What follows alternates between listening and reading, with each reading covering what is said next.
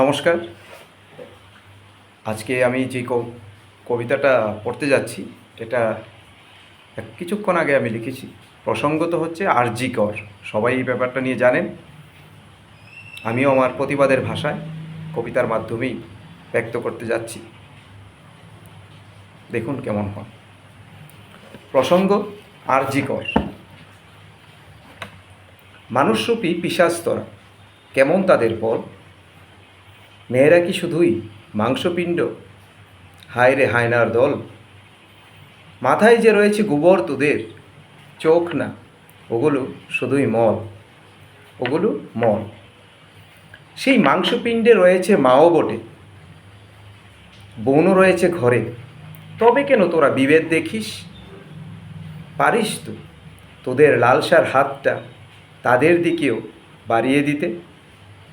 তখন তো তোরা নিয়ে সাধুর ভেষ, মুখ বুজে স্নেহের আঁচলে লুকিয়ে চোখ মানতে পারিস সেই নিজের ঘরের মাংসপিণ্ডের আদেশ।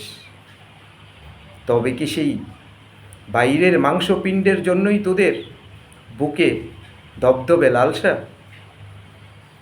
পারিস তো ঘরেই নিবিয়ে নিতি তোদের সেই পিপাসা?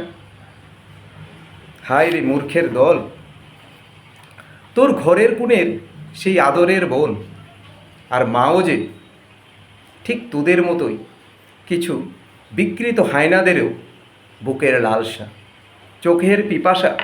কারণ ওগুলো যে নয় যে চোখ, শুধুই মল মল আর শুধুই মল।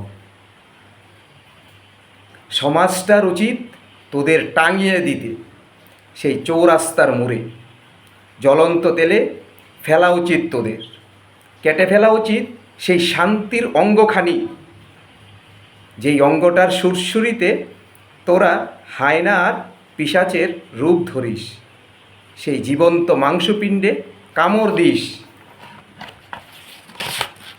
নুন ছেটানো উচিত সেই পিশাচের বস্ত্রে, ভেঙে ফেলা উচিত সেই হায়নার দাঁত।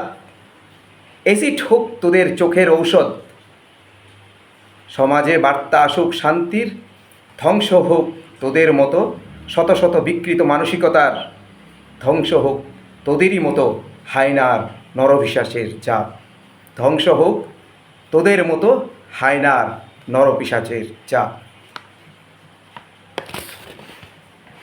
নমস্কার। যতটুকু আমার প্রতিবাদের ভাষা এই কবিতাতেই ব্যক্ত করলাম, বাকিটা আপনাদের হাতেও রয়েছে। সবাই প্রতিবাদ করুন, সমাজটাকে একটু ভালোর দিকে এগিয়ে নিয়ে যেতে চেষ্টা করুন। আজকে 15 আগস্ট। জয় হিন্দ। সবাই ভালো থাকুন। নমস্কার।